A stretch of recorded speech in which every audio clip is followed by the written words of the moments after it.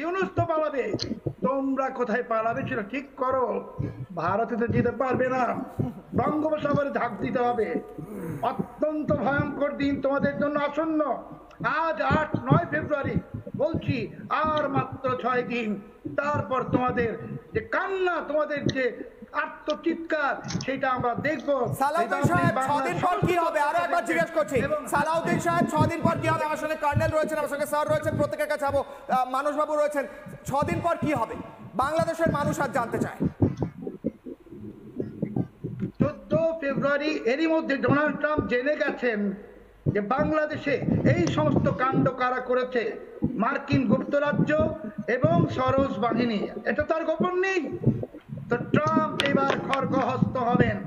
নরেন্দ্র মোদী, প্রধানমন্ত্রী নরেন্দ্র মোদীর সাথে প্রেসিডেন্ট ডোনাল্ড ট্রাম্পের যে যৌথ সংবাদ সম্মেলন হবে, সেখানেই ইউনূসের লাল চিঠি হয়ে যাবে।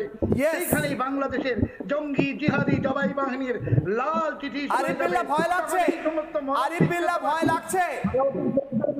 শরম নাই নাকি লজ্জা নাই যে ভারতের পাতায় ডোনাল্ড ট্রাম্প ক্ষমতায় আসার পরে লাথি মারছে? ডোনাল্ড ট্রাম্প আপনি টুইট করেছেন, আপনি জানেন মোহাম্মদ ইউনূসের গ্রামীণ ব্যাংকের ফান্ড কোথা থেকে আসতো?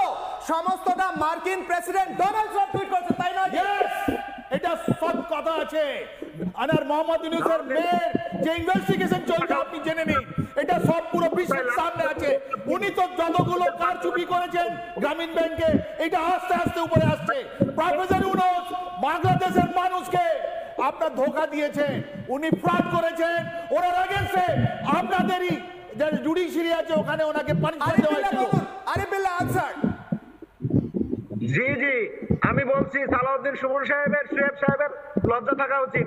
উনি জানেন না যে ডোনাল্ড ট্রাম্প। আপনি এই ছবিটা দেখুন, আপনিও কারো সন্তান আছেন। আরে সাহেব, আপনিও কারো সন্তান আছেন, আপনার মাকে এরকম, আমাদের বাংলাদেশের মাকে এরকম করেছে। এরা কারা? এরা রাজাকার। এইটাই তো মার্চ 25 মার্চ 1971 হয়েছিল। এরকমই আমাদের বাংলাদেশি মা বোনকে মারা হয়েছিল। এই রাজাকারগুলো আপনি কন্ডেম করুন। কন্ডেম করতে পারবেন না। আপনারা এই ধরনের নির্লজ্জ বেহায়া ধরনের ঘটনা ঘটানোর জন্য প্রস্তুতি নেন কিভাবে? আপনাদের খবর চাইতে হবে। আমি বিমল কুমার স্যারের কাছে যাবো। আরিফ বিল্লাহ সঙ্গে থাকুন, সালাউদ্দিন সাহেব সঙ্গে থাকুন, মানুষবাবু সঙ্গে থাকুন। আমি গিয়ে সরাসরি প্রশ্ন করব, আজকে স্যারের কাছে প্রশ্ন করব আমি, এবং স্যারকেও আমি সেট ওয়ানে নিয়ে আসবো। স্যার আমার সঙ্গে আসুন প্লিজ। আমরা একটা নতুন ছবি দেখব, সেই ছবিতে আমি স্পষ্ট করব। স্যার আমার সঙ্গে আসুন। আমরা আজকে আলোচনা করছি স্যার, আপনার হাত রয়েছে সরাসরি। আজ এই আরিফ বিল্লাহ বসে বসে বড় বড় কথা বলছেন স্যার। আপনি নিজে এই যুদ্ধে, আসুন স্যার, আপনি নিজে বাংলাদেশকে স্বাধীন করার যুদ্ধে অংশ নিয়েছিলেন। আসুন স্যার, আপনি সেই রণতরীতে ছিলেন যা পিএনএস গাজী, এই পাশে চলে আসুন স্যার, আমার ঠিক বাঁদিকে, যা পিএনএস গাজীকে ডোবায় এবং তার পরবর্তীকালে বাংলাদেশ স্বাধীন হয়। আজকে সেই বাংলাদেশে নতুন অপারেশন শুরু হয়েছে। তারা একদিকে মানুষের ওপর অত্যাচার করছে তো করছে, তার সঙ্গে ভারত বিরোধী কথা বলছে বসে বসে। তারা সমস্তটা ভুলে গিয়েছে। বলুন sir.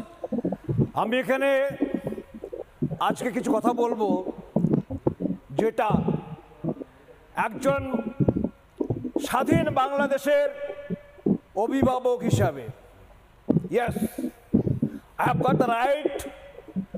got the right to say,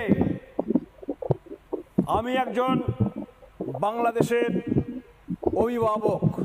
কারণ হচ্ছে যখন 71-এর যুদ্ধ হয় তখন মোহাম্মদ ইউনূস সাহেব কোথায় ছিলেন? আমি তো ওনাকে দেখিনি। আমি 71-এর যুদ্ধে মোহাম্মদ ইউনূসের নাম শুনিনি। ঠিক, আমি মোহাম্মদ ইউনূসকে দেখিনি কোনোদিন। কি করেছেন উনি? জানবেন কি করে যে দেশটা কি করে স্বাধীন হয়েছে? যেহেতু স্বাধীনতা আমার একটা অবদান আছে, আমি অভিভাবক হিসেবে বলছি। আপনি নিজে লড়াই করেছেন। আমি নিজে লড়াই করেছি। একটা জিনিস খেয়াল রাখবেন, আজকে যে এই যে বড় বড় কথা বলছে, আমরা যদি ইতিহাসটা ভুলে যাই চলবে না। ইতিহাসকে খেয়াল রাখতে হবে। ইতিহাস সারা পৃথিবীতে কিছু চলে না। আরিফ বিল্লাহ, আপনি আজকে স্বাধীন হয়েছেন আমার পাশে থাকা এই ব্যক্তির জন্য। Thank you. বলুন। খেয়াল রাখবেন একটা জিনিসকে, সেই দিন নিশ্চয় যেদিন প্রথম শুরু হলো যুদ্ধ, সেই দিন আমরা যদি